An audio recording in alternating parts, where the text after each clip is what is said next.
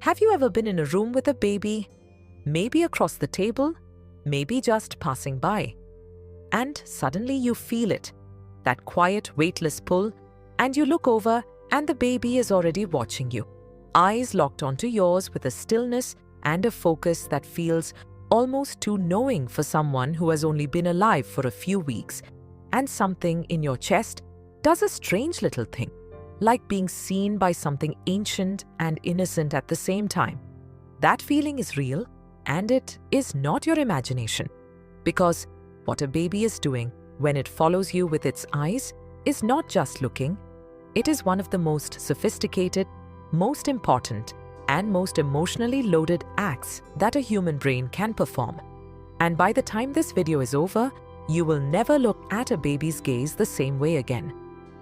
In the first days of life, a baby can barely see past the distance of about 8 to 12 inches, which, not by accident, is almost exactly the distance between a feeding baby's face and its mother's face. Everything beyond that is soft and uncertain, a world without edges.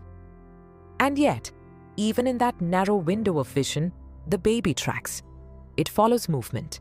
It locks onto faces.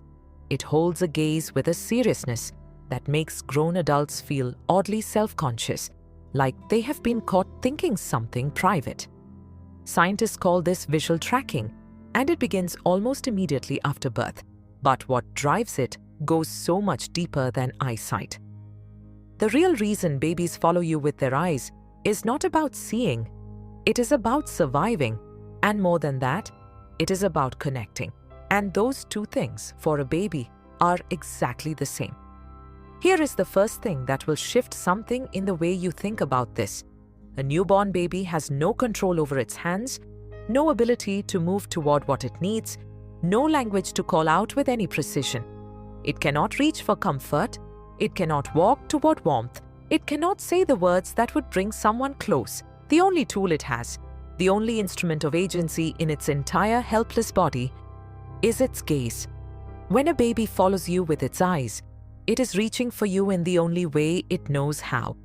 It is saying, without a single word, stay close. I need you near. You matter to me. Do not go. And when you respond, when you smile back, when you lean in, when your face changes in answer to that gaze, the baby's brain lights up in ways that researchers have compared to a reward system firing at full capacity. It is not just pleasant for the baby, it is necessary. Those moments of eye contact are literally building the architecture of the baby's brain, laying down the neural pathways that will one day become empathy, trust, emotional regulation, and the ability to form deep human connections. Every time you hold a baby's gaze, you are not just being kind, you are being part of the construction of a human being. Now here is the first twist, and it is one that researchers found genuinely startling when they first uncovered it. Babies do not just follow any movement with their eyes. They are extraordinarily selective, and that selectivity reveals something remarkable about what a baby's brain is already prioritizing. Studies have shown that newborns will track a face-shaped pattern more consistently than almost any other moving object. But here is the part that surprised everyone.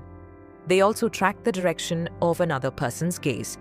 By the time a baby is around 3 to 4 months old, it begins to follow where your eyes are pointing. If you look to the left, the baby looks left. If you look up, the baby looks up. The baby is not following the movement of your head. It is following the intention behind your eyes. It is learning to read where attention goes, because attention, for a social creature, is information. Wherever someone looks is where something important might be. And this skill, called joint attention, is one of the foundational building blocks of language, learning, and social intelligence. A baby following your gaze is not just being cued, it is beginning to understand how minds work. And then comes the second twist, which is quieter but carries more emotional weight. Researchers studying babies in the first weeks of life discovered something that changed the way they thought about infant awareness entirely. When a caregiver, a parent, a grandparent, anyone who had been consistently present, walked into the room. Babies who had seemed calm and only mildly attentive would suddenly shift. Their eyes would move to the door before the person fully appeared. Their visual tracking would sharpen. Their bodies would change, subtle stillness, then subtle movement, then a focusing of the gaze that was completely different from how they watched a stranger cross the room. The baby was not just recognizing a face, it was anticipating a person. It had learned, through dozens or hundreds of small repeated moments of eye contact and response, that this particular being was safe, was warm, was the kind of presence that answered when called upon. And all of that was stored, not in words or thoughts, but in the body, in the pull of the eyes, in the tilt of the head, in the quiet, specific way the gaze settled and held. Think about what that means. Before a baby can remember in the way we understand memory, before it has a single word for love or safety or home, it has already encoded those feelings into its visual system. It knows where to look when it needs to feel safe. It knows whose face means comfort. It knows you, not your name, not your history, not your intentions, but the felt sense of you, the emotional signature of your presence.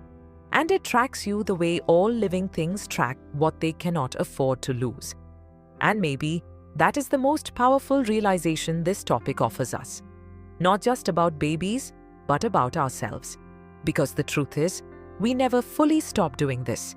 Every human being alive still scans a room when they enter it, still finds certain faces before others, still feels something settle in the chest when they see the right person across a crowded space. We learn to hide it, to call it something more sophisticated, to dress it in the language of preference or familiarity or love. But underneath all of that, the mechanism is the same one that lit up in us when we were 6 days old and someone leaned over our crib and looked back. We are all still following the eyes that make us feel less alone. And every baby who tracks your face across a room is doing the most human thing there is, reaching through the only means it has, for the one thing none of us can live without. If this made you see something differently today, share it with someone who has ever been watched by a baby. Because some discoveries deserve more than one pair of eyes. Subscribe for more mind secrets.